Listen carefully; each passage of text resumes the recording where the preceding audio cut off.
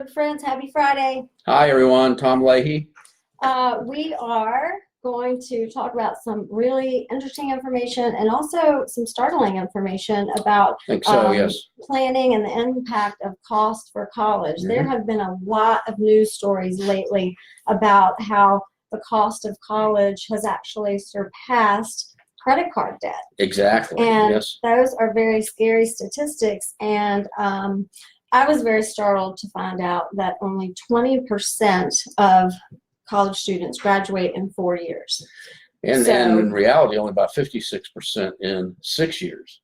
So think about that for a second and think about how, as parents, we save for college and we're saving for 4 years. But when 20% of the students don't graduate in 4 years and 56% graduate in at least 6 years, you know, that can be a huge impact financially on families, right? Yeah, and even I think even more of a concern is those students that go off to college and drop out in the first year. There's about 30% of first-time college students drop out in the first year, don't go back. So let's unpack that a little bit. Why do college students drop out? What are a lot of the reasons that they'll drop out, or it doesn't work for them the first year?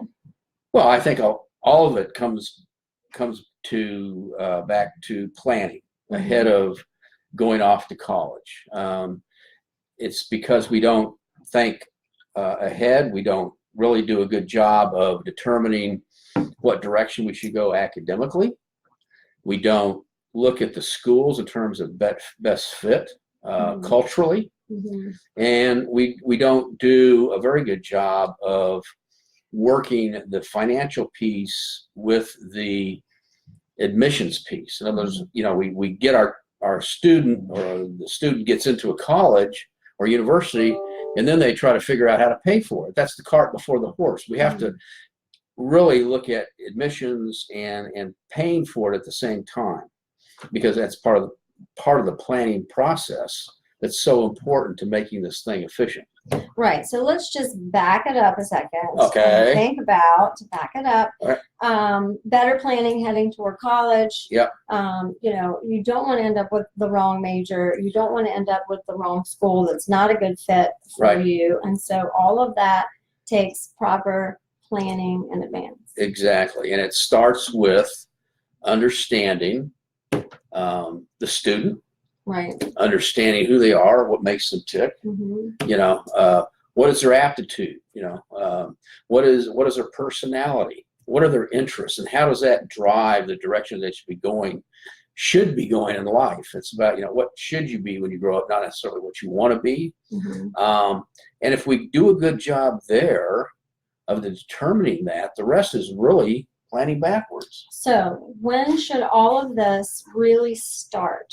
So that we can have students not be in that statistic of 20% graduating in 4 years. Where does that start? Yeah. Well, I think let's you know, I would kind of address the whole range of age in terms of our students. So, you know, when they're young, obviously the concern should be saving and investing. You don't have to save every penny, but do something. Okay, put something away, because it's about having options when you get there. Right. Some money to work with, right? And save that in perspective of how it's going to be affected by financial aid eligibility and your family circumstances at that time. So that takes some planning and some forethought in terms of what